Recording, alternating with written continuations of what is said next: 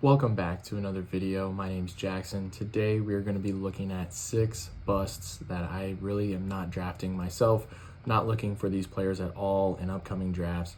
And let's just hop right into it. First we have De'Von Achane of the Miami Dolphins. He's being taken in the early to mid second round. I just think that price is a little too high for my liking for this season for him. Pretty much to get straight to it, Bobby Slowik is now their offensive coordinator. He's coming from the Houston Texans from a few years ago where they had a dumpster fire of an offense. I really don't like him as an offensive coordinator, offensive mind really at all, so that is throwing me off a lot. They lose Mike McDaniel, they lose Tua. Mike McDaniel was the reason they had an efficient run game and an efficient system. And Tua, I mean, you can say all you want about him, but he checked the ball down to De'Von Achane, and that was their bread and butter. They schemed up plays for De'Von Achane to, take the short catch and make a play out of it. And I'm not saying De'Von Achane is not going to do that this season. I just don't expect it as much as last season or prior years before. He's going to be stuck in a very bad offense with a bad offensive line. I mean, if you look at this screenshot here, this takes projections from Mike Clay, Sharp 4-for-4, and they kind of combine them all together. They have the 30th ranked offensive line. And then if you look at their implied scoring rankings, Ian Hart has put out a tweet via RotoWire. They're down there at the bottom at 29th for the league and implied scoring. This is just a bad situation to be a part of. I'm not sure I love that, Bobby Slowik's the OC. This whole system is just not for me. I'm avoiding De'Von Achane. I really am just not on him this season at the price he's at. Yeah, if he falls maybe a round or two, maybe at that point you might have to scoop him up, but at this early second rounder, you're expecting them to crush this season, and I just don't think De'Von Achane is going to crush the way we think he is. To add on to that, they bring in Malik Willis, who's a scrambling quarterback. I mean, I don't think he's going to want to check the ball down as much. I think he's going to want to take off and run, which, that's part of his skill set. That's the type of player he is.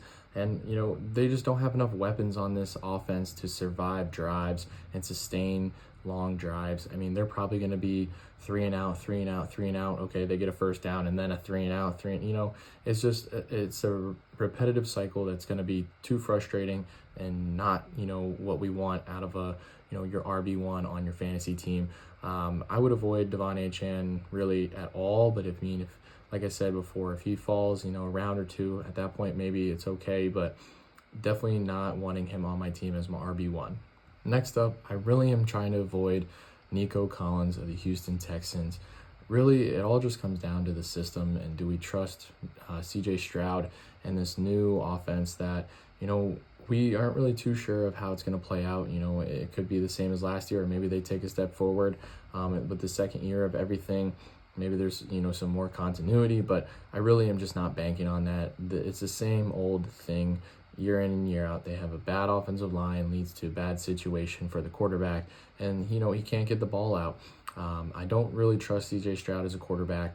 And if you look at the offensive line chart here again, their offensive line is going to be, 28th in the league projected. Not saying it's going to be that, but if it's projected that way, I don't really think this is an offense that can hold up, and, CJ Stroud won't be able to drop back. He's going to be getting hit every single play.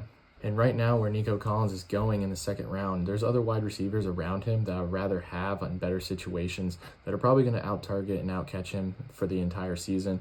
And I mean, last year, Texans offense was pretty bottom half. They only averaged about 327 yards per game. That is bottom half of the league. You don't want to be attached with a good wide receiver on your fantasy team to a bottom half offense. You want to shoot for upside. We're trying to win the league here.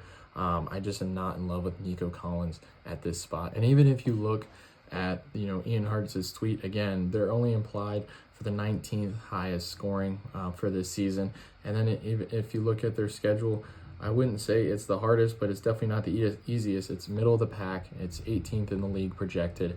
I think that, they're going to be in for a tough season on the offensive side. Their defense is going to have to win them a lot of games, which, they probably will. Their defense is going to be very good, but if they're up at the end of the game, they're just going to run the ball because their defense is so good that they trust them a lot. I just am off Nico Collins for this season. I don't see, that much upside with him and CJ Stroud, and I'm just not in love with CJ Stroud. So his attachment to Nico Collins is really the downfall for me. The next running back I wanted to touch on is Quinshon Judkins of the Cleveland Browns. We know he's coming off this gruesome leg injury that he sustained last year. What really, draws me off from him is, do we think he's going to be 100%? Probably not himself, at least until halfway through the season. Yeah, he might start out the season right away and play, but I just don't think he's going to be himself, at least until halfway through the season. And at that point, is he really value on your fantasy team? I don't think so.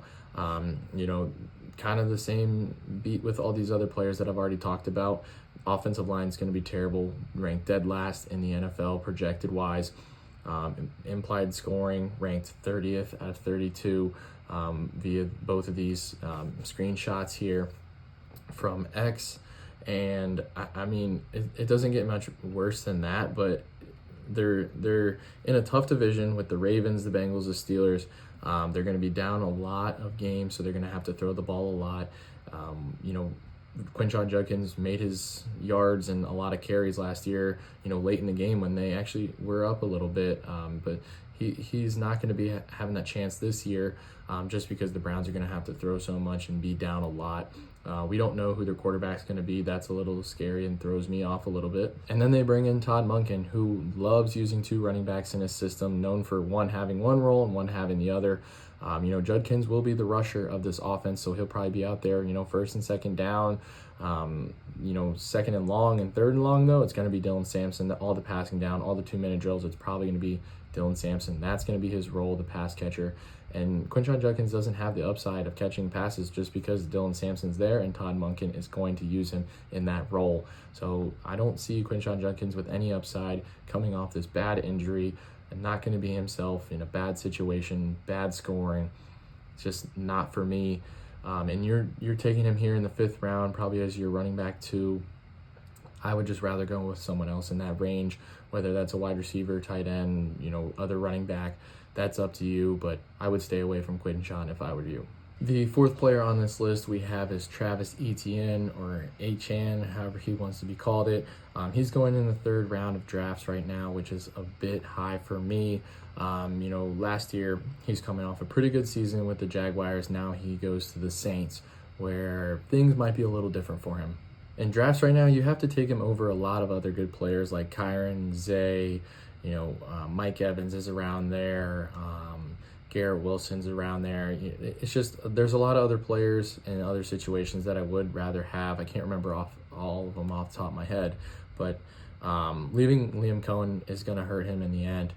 He's going from a guy whose calling card was getting his running back receptions, and he just didn't do that at all last year or really in his career so far in the NFL. And now he's going over to the Saints, where, Kellen Moore is going to be, I think, a great offensive mind. A guy's going to call a lot of plays, keep the tempo up in this offense. I just don't think they're going to be, schemed up for Travis Etienne or Kamara for this instance. I just think they're going to be more going to the wide receivers, who I actually really like this year, with Jordan Tyson and Chris Olave.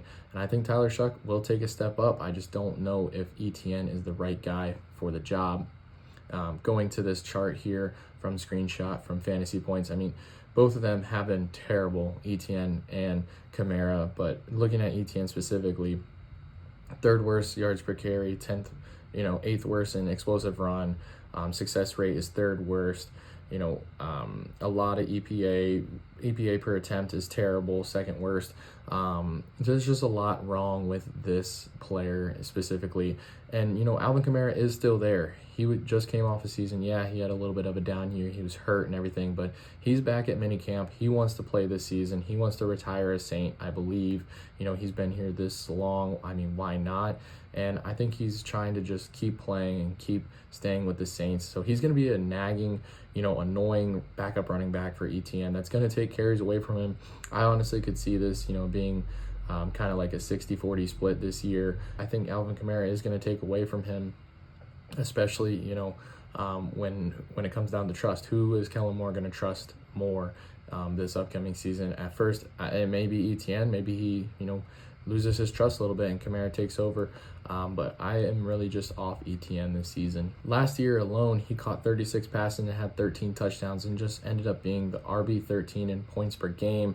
And now he goes to, probably a less efficient offense. He's probably not going to have that touchdown potential as much anymore with the Saints versus what he was on the Jags with Liam Cohen. And I'm not saying that I think the Saints are going to be terrible and they're going to have a bad offense. I just don't think the good parts of this offense are going to be going through ETN for this job and for fantasy football. I think they'll be really good in real life and really good passing game. I just don't really believe in this running game and who ETN is as a player for this offense. The fifth and final player for this video is going to be Malik Nabers. Right now, he's going in like the third roundish and a lot of drafts, which is still way too high. I think he should be more down at like wide receiver 25 to 30. He's still dealing with a knee injury. He got to clean up in that knee, but I just don't think anything is right with him. He was seen limping in a video at a softball event. There's still question marks of when he's going to be, even practicing, or if he's going to practice or play right away. In my opinion, I think he's going to start on the PUP list, probably not, debut this season until week 5, week 6. And he's really not going to be himself. I mean, even Jesse Morris has said himself that he's not going to be himself at all this season. He's off of him. I think, 2027 will be a huge bounce back for him, but this year, 2026, is just really scary to buy into a player that's coming off, the leg injury, waiting so long to get surgery, and then having a cleanup in his knee, and he's still, question marks around the whole situation. I'm just not going to buy into someone or some situation like that to put me and my fantasy team in harm's way. And just taking him this early is still crazy to me, just because there's other wide receivers who are fully healthy, probably, around that range of what Malik Nabers will be. But, I mean, we don't know if Malik Nabers is even going to play this season. There's so many question marks. The whole situation is just scary, not for me. But those are my 5 players I'm not drafting this season. I think they're going to be busts. If you guys enjoy this style of content, make sure you leave a like and subscribe. I really appreciate you all watching, and have a good one.